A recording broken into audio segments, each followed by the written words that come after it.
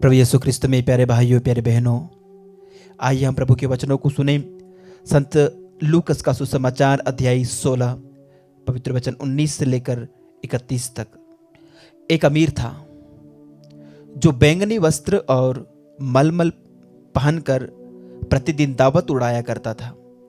उसके फाटक पर लाजरुस नामक कंगाल पड़ा रहता था, जिसका शरीर फोड़ों से भरा हुआ था।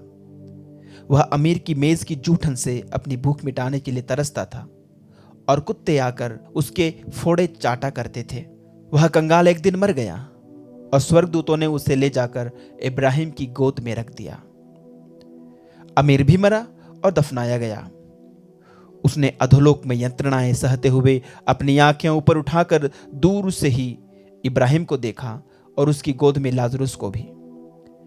उसने पुकार कर कहा, पिता इब्राहिम, मुझ पर दया कीजिए और लाजरुस को भेजिए, जिससे वह अपनी उंगली का सीरा पानी में भिगोकर मेरी जीभ ठंडी करे, क्योंकि मैं इस ज्वाला में तड़प रहा हूं। इब्राहिम ने उससे कहा, बेटा, याद करो कि तुम्हें जीवन में सुख ही सुख मिला था और लाजरुस को दुख ही दुख। अब उसे यहां सांत्वना मिल रही है और तुम्हें यंत्रणा। इसके अतिरिक्त हमारे और तुम्हारे बीच एक भारी गर्त अवस्थित है, इसलिए यदि कोई तुम्हारे पास जाना भी चाहे तो वह नहीं जा सकता और कोई भी वहां से इस पार नहीं आ सकता। उसने उत्तर दिया, पिता, आपसे एक निवेदन है, आप लाजरुस को मेरे पिता के घर भेजिए, क्योंकि मेरे 5 भाई हैं। लाजरुस उन्हें चेतावनी दे, कहीं ऐसा न हो कि वे भी यंत्रणा के इस स्थान में आ जाएं।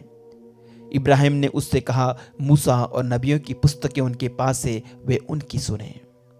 अमीर ने कहा, पिता इब्राहिम, वे कहां सुनते हैं, परंतु यदि मुर्दों में से कोई उनके पास जाए तो वे पश्चाताप करेंगे। पर इब्राहिम ने उससे कहा, जब वे मूसा और नबियों की नहीं सुनते, तब यदि मुर्दों में से कोई जी उठे तो वे उसकी बात भी नहीं मानेंगे। प्रभु का पवित्र सुसमाचार। हे ख्रिस्त, तेरी स्तुति हो। प्यारे भाइयों प्यारी बहनों, चालीसा के समय में संत लूकस के सुसमाचार से यह दृष्टांत हमें सुनने को मिलता है, धनी और लाजरुस का दृष्टांत। शायद आप लोगों ने कई बार इसे सुना। हम बचपन में कई बार इसके ऊपर अभिनय किया करते थे, छोटी छोटी नाटिकाओं के रूप में अभिनय करके कई सारे सेमिनार्स वगैरह में इसका प्रस्तुतिकरण करते थे। तो ये घटना, ये कहानी तो हमें अच्छी तरह से याद है। एक गरीब होता है, कंगाल है, बेघर है, जिसका अपना कोई नहीं है। उसे प्रभु ने नाम दिया। अमीर का नाम इस कहानी में नहीं दिया गया है, लेकिन गरीब का नाम दिया है। संत लूकस इस बात को पक्का करना चाहते थे, इस बात को वो इंश्योर करते हैं कि उस गरीब कंगाल व्यक्ति की पहचान हो। उसको एक नाम दिया गया। संत लूकस का सुसमाचार गरीबों का सुसमाचार भी कहा जाता है। जैसे कि माता मरियम अपने भजन में कहती है कि ईश्वर ने अपनी दीन दासी पर कृपा दृष्टि की है, अब से सब पीढ़ियां मुझे धन्य कहेंगी। और वे आगे कहते हैं, उसने अपना बाहुबल प्रदर्शित किया, उसने घमंडियों को तितर बितर कर दिया और शक्तिशालियों को उनके आसनों से गिरा दिया और दीनों को महान बना दिया है। उसने दरिद्रों को संपन्न किया और धनियों को खाली हाथ लौटा दिया है। ये प्रभु का कार्य है। प्रभु ने सब कुछ को उल्टा कर दिया, प्रभु ने सब कुछ को पलट दिया है। उनके राज्य में जो चीजें हैं वो सब अलग तरह की हैं। दुनिया की निगाह में जो बड़ा व्यक्ति है वो नीचे गिरा दिया गया। जो धनी व्यक्ति था वो नरक में, वो अधोलोक में गया, और जो गरीब, जो कंगाल यहां पर तड़प रहा था, उसे स्वर्ग का आनंद सुख मिलता है। ये कंट्रास्ट, ये डाइकोटोमी आज का सुसमाचार हमारे सामने प्रस्तुत करता है। ये विरोधाभासी जो दो बातें हैं, ये हमारे जीवन की भी सच्चाई बन सकती है। प्रभु ने हमें नाम दिया है, प्रभु ने हमें पहचान दी है। प्रभु का वचन कहता है, प्यारे भाइयों प्यारे बहनों, नबी ईसाया के ग्रंथ उसके अध्याय 43 में प्रभु कहते हैं, याकूब जिसने तुम्हारी सृष्टि की है, इज़राइल जिसने तुमको गढ़ा है, वही प्रभु कहता है, नहीं डरो, मैंने तुम्हारा उद्धार किया है, मैंने तुमको अपनी प्रजा के रूप में अपनाया है। हालांकि ये जो हिंदी अनुवाद है, मैंने तुम्हें अपनी प्रजा के रूप में अपनाया है, ये मूल इब्रानी भाषा में या उसके अंग्रेजी अनुवाद में भी इस प्रकार है, I have called you by name, मैंने तुम्हें नाम लेकर पुकारा है। प्रभु ने हमें नाम लेकर पुकारा है, हम उनके हैं। वो कहते हैं तुम मेरे हो, इज़राइल तुम मेरे हो। आज वो आपसे कहते हैं तुम मेरे हो।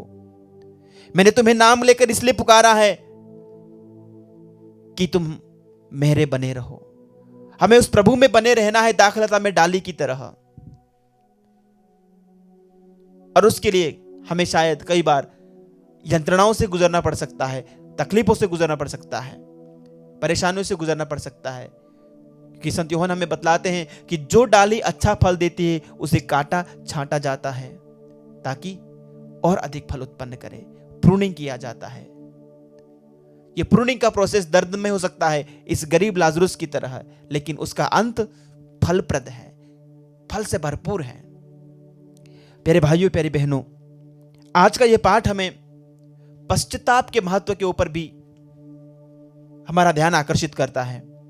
प्रभु यीशु ने जब अपने सुसमाचार का प्रारंभ किया, जब वो कफरनहूम गए, तो सबसे पहला जो शब्द, सबसे पहला जो वाक्य उनके मुख से निकला वो ये था कि स्वर्ग का राज्य निकट आ गया है, पश्चाताप करो और सुसमाचार में विश्वास करो। जब स्वर्ग का राज्य निकट आ गया है, सबसे पहली उसकी जो रिक्वायरमेंट है, सबसे पहली उसकी जो आवश्यकता है वो ये है, पश्चाताप करो।